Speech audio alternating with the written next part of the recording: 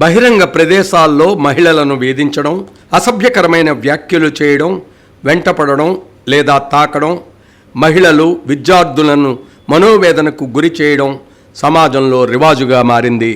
బయటకు వస్తే చాలు ఏదో విధంగా వయసు తారతమ్యం లేకుండా ఇలా ఇవిటీజింగ్కి గురవుతూనే ఉన్నారు. వీధులు, ప్రజా రవాణా, మాల్స్ వంటి చోట్ల కాకుండా విద్యా సంస్థల పరిసర ప్రాంతాల్లో కూడా ఇవిటీజర్లు చెలరేగిపోతుంటారు. ఏలలు వేయడం, పిల్లిలా మాట్లాడడం, అసభ్యకరమైన సంజ్ఞలు, ఇలా అసహజ అనుచిత చర్యలకు పాల్పడుతూ ఉంటారు. బాధితుల్లో భయం, ఆందోళన, అవమానం, డిప్రెషన్, ఆత్మహత్య వంటి పరిణామాలకు దారితీసేలా వ్యవహార శైలి ఉంటుంది.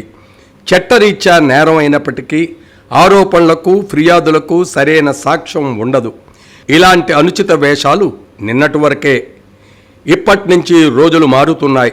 ఇవిటీజర్ల భర్తం పట్టేందుకు బాధితులలో సామాజిక ధైర్యం పెంచేలా తూర్పుగోదావరి జిల్లా పోలీస్ యంత్రాంగం కార్యాచరణ ప్రణాళికతో సిద్ధంగా ఉంది. తూర్పుగోదావరి జిల్లా ఎస్పీ డి నరసింహ కిషోర్ ఆదేశాలతో సాంకేతిక పరిజ్ఞానం అందిపుచ్చుకొని సాక్ష్యాధారాలతో ఇవిటీజర్లపై చర్యలు తీసుకోవడానికి పోలీస్ యంత్రాంగం శ్రీకారం చుట్టింది. జిల్లా వ్యాప్తంగా ఉన్న కాలేజీలు, స్కూళ్ల వద్ద ఇవిటీజింగ్ నేరాల కట్టడికి డ్రోన్ కెమెరాలతో నిఘా వ్యవస్థను అమల్లోకి తీసుకొచ్చారు.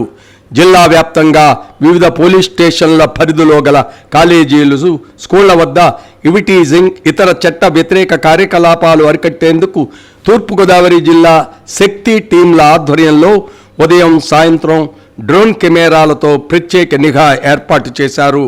ఈ మేరకు ఉన్నతాధికారులు మీడియాకు ఒక ప్రకటన కూడా విడుదల చేయడం గమనార్హం.